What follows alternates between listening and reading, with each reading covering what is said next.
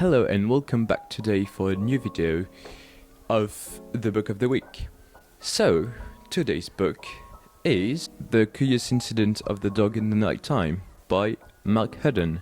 So, this book is the story of Christopher. He's a 15-year-old boy who has autism, and the story is going to evolve with autism. What's going to happen to Christopher is that he's going to find his neighbor's dog dead, and he's going to investigate on it. And since he has autism, he's going to have many relations with many people.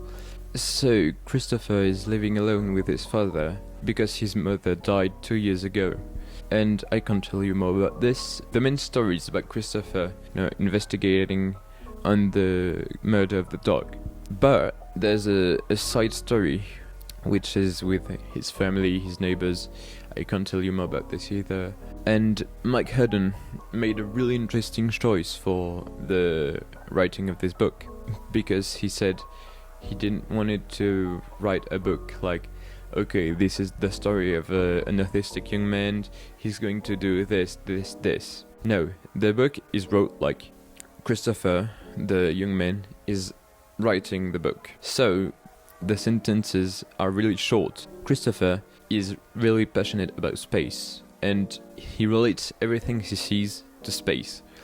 Like if he sees something in the street, like two people arguing, he's going to say like, hey, that's like two planets are doing this and this. And that's his way to understand how things work. Since he's writing the book, it's kind of like if we are with him during his journey, and everything he says and sees, we are next to him.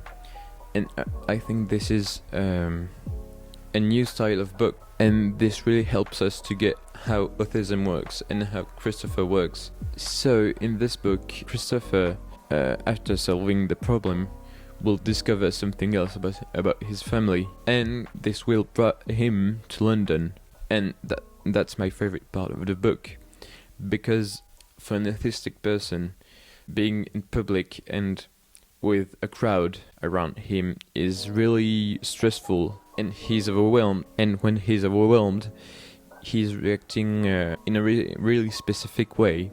For example, at the beginning of the book, when an officer grabs him, he starts screaming and punch him.